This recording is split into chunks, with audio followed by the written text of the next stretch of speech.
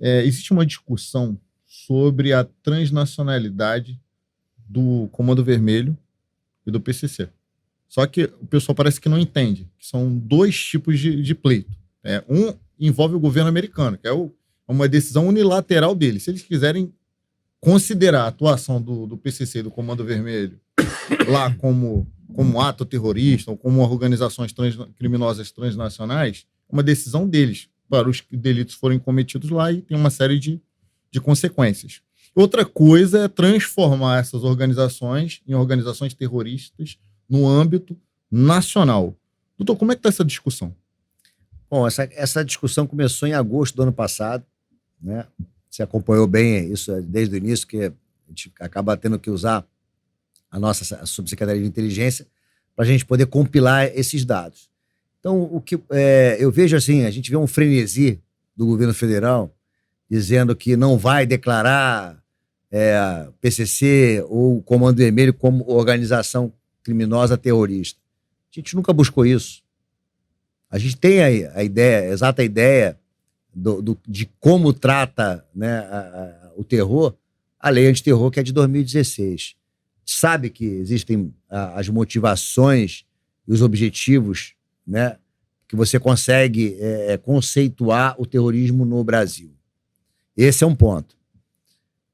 Agora, só que essa legislação brasileira, ela é oriunda porque, digamos, o Brasil ele é signatário de outros acordos e convenções internacionais, onde lá, nesses países, esse conceito, motivação e objetivos, eles são muito mais abrangentes do que o governo brasileiro entendeu como sendo o terrorismo no Brasil.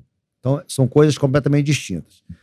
Em relação ao americano, o que acontece é o seguinte, o que a gente mostrou?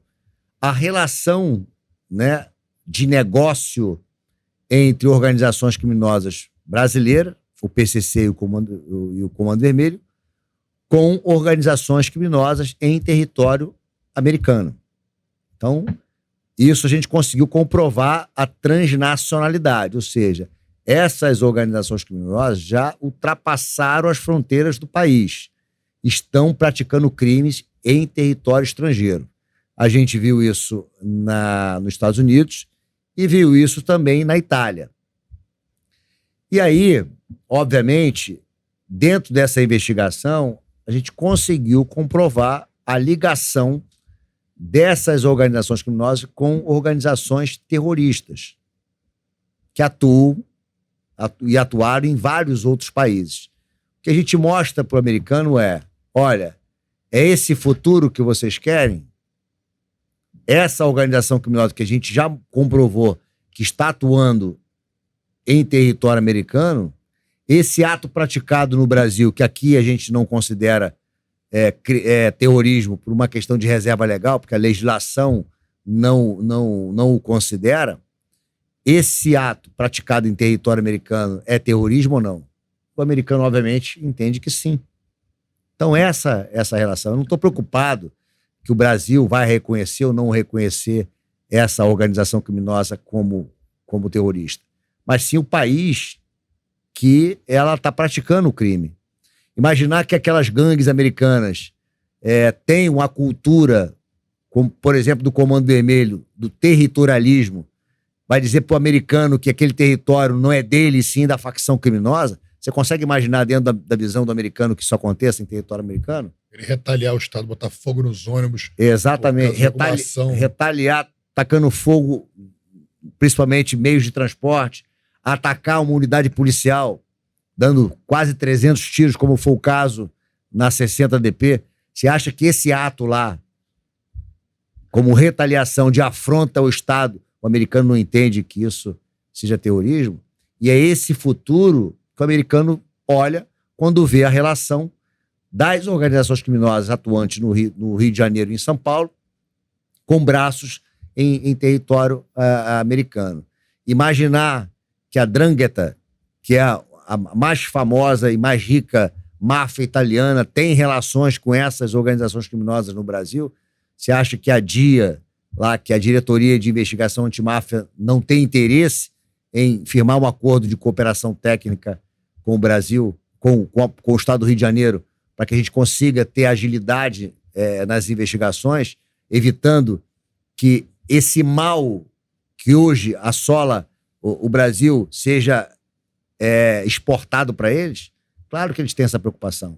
E é isso que a gente está ajudando com informação, mostrando a relação criminosa ou a relação de negócio dessas organizações criminosas que atuam no Brasil com as que atuam na Itália e nos Estados Unidos, como forma de prevenir que esse mal chegue até lá. E, obviamente, a gente ganha com isso? Claro que a gente ganha com isso. Trocas de experiências, agilidade nas investigações, capacitação do efetivo, policiais que podem ser capacitados, né, seja na investigação lá da DIA, no combate às máfias, seja em território americano, no combate ao terrorismo. Essa capacitação ela é importante. O americano domina o sistema SWIFT, que é o sistema de transações financeiras no mundo inteiro. Você imaginar que com uma informação de uma investigação aqui no Brasil, mostrando que essa organização ou aquela organização criminosa está mandando dinheiro para fora, ou que aquela empresa ou pessoa física que está lá em solo americano tem relações criminosas com essa organização criminosa, ele não consegue bloquear esses recursos com muito menos burocracia do que o Brasil, é claro. Então a gente só ganha com isso. Imaginar que a família desses criminosos podem viajar para os Estados Unidos e lá ter cartão de crédito, conta em banco, abrir empresas. Isso não vai acontecer. E é dentro dessa visão que a gente está fazendo esse trabalho junto com o governo americano e junto com o governo italiano para que a gente consiga ganhar, o Rio de Janeiro consiga ganhar esse espaço. Claro que vai ser o primeiro estado do Brasil a conseguir essa vitória, né? E ter esse apoio logístico para a gente é importante. Imagina a Polícia Civil hoje quer a dificuldade de comprar um Black Hawk, por exemplo, que é uma aeronave digamos assim, tecnicamente apropriada para o tipo de operações que a gente realiza no Rio de Janeiro. E ter o governo americano financiando esse tipo de equipamento para ajudar no combate a essa organização criminosa, foi assim que aconteceu na Colômbia. Foi assim que a Colômbia conseguiu vencer a guerra às drogas. O Pablo Escobar, apesar de traficante, ele, né, colocou uma bomba num avião para matar uma única pessoa e sacrificou a vida de todos. De todos os passageiros. A FARC teve que se reinventar. Exatamente. Virou um partido político, largou Então, houve um posicionamento político, ideológico, claro que houve naquele momento. Mas a gente precisa chegar a uma mexicanização do Brasil, chegar ao que a gente viu na Colômbia na década de 80 e 90. É isso que a gente quer para o Brasil? Bom, para o Brasil não sei, para o Rio de Janeiro não.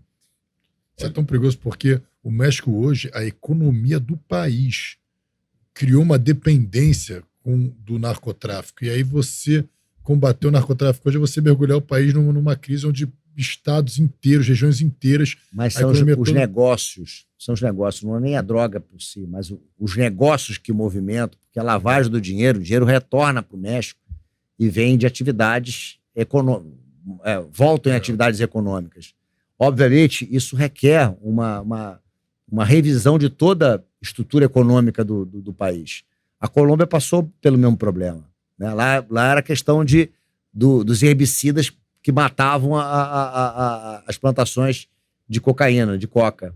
Mas, obviamente, matava toda a vegetação e toda a produção.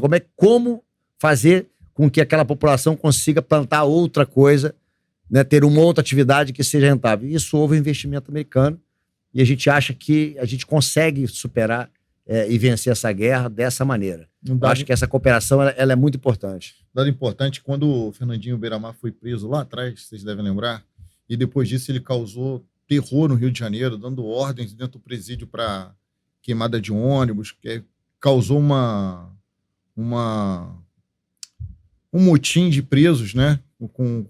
Matando... 2001, matando algoz dentro do presídio, sendo que ele foi capturado na Colômbia, não foi isso? Isso. Quando estava próximo do Nego Acácio, acho que era vice-líder das Farc. Imagina que o Fernando Beiramar poderia, se as Farc tivessem um acordo de cooperação, se a Colômbia tivesse um acordo de cooperação com os Estados Unidos, nunca ter pisado em solo brasileiro. tá preso para sempre lá fora, sem qualquer contato aqui dentro. É desse tipo de coisa que a gente está falando aqui. Exatamente. Exatamente isso. E outra, eu acho que essa parceria com o governo americano é muito interessante. Imagina o governo americano financiando a construção de um presídio de segurança máxima aqui no Rio de Janeiro. Isso não é interessante? Tá fazendo lá em El Salvador, né? Que seja em qualquer lugar. Né? Tá lá o presidente querendo reconstruir Alcatraz. Né? Então, lugar de criminoso, de vagabundo, é na cadeia. Pô. Não tô aqui para pensar, vamos rever uma política, o preso tem que trabalhar. Não, ele tem que cumprir a pena. Aquele que escolheu cometer um crime, ele tem que pagar pelo que ele fez. Pô. Esse é o efeito retributivo da pena. Você causou o mal, você tem que sofrer uma restrição. Então, isso é um fator inibitório para que as pessoas não voltem a cometer crime. Agora, tem que passar o tempo que for dentro da cadeia. E, obviamente, você tem uma cadeia moderna, um investimento, né, que realmente faça com que o preso seja segregado, isso requer um investimento muito grande. A gente sabe que o Brasil não tem esse poderio econômico, ou pelo menos não prioriza esse tipo de construção, né? Que pese a gente ter aí 5 unidades federais, mas são muito poucas para atender a demanda do Brasil. E o Rio de Janeiro mais ainda.